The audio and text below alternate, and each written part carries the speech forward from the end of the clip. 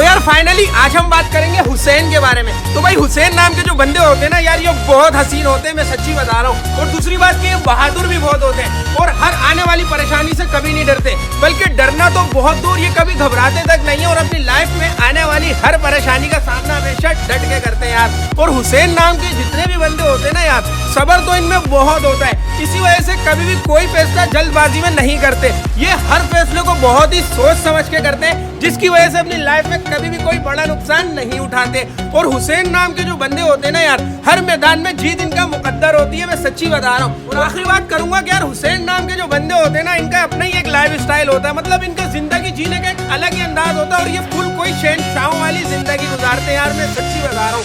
Okay, अस्सलाम वालेकुम। तो फ्रेंड्स, अगर आपको ये वीडियो पसंद आई तो आप इसको लाइक कर सकते हैं, और इसके अलावा अगर आपको भी अपने नेचर पे अपने किसी दोस्त के नाम पे फनी वीडियो बनवानी है तो आप मुझे कमेंट कर सकते हो कि अस्सलाम वालेकुम।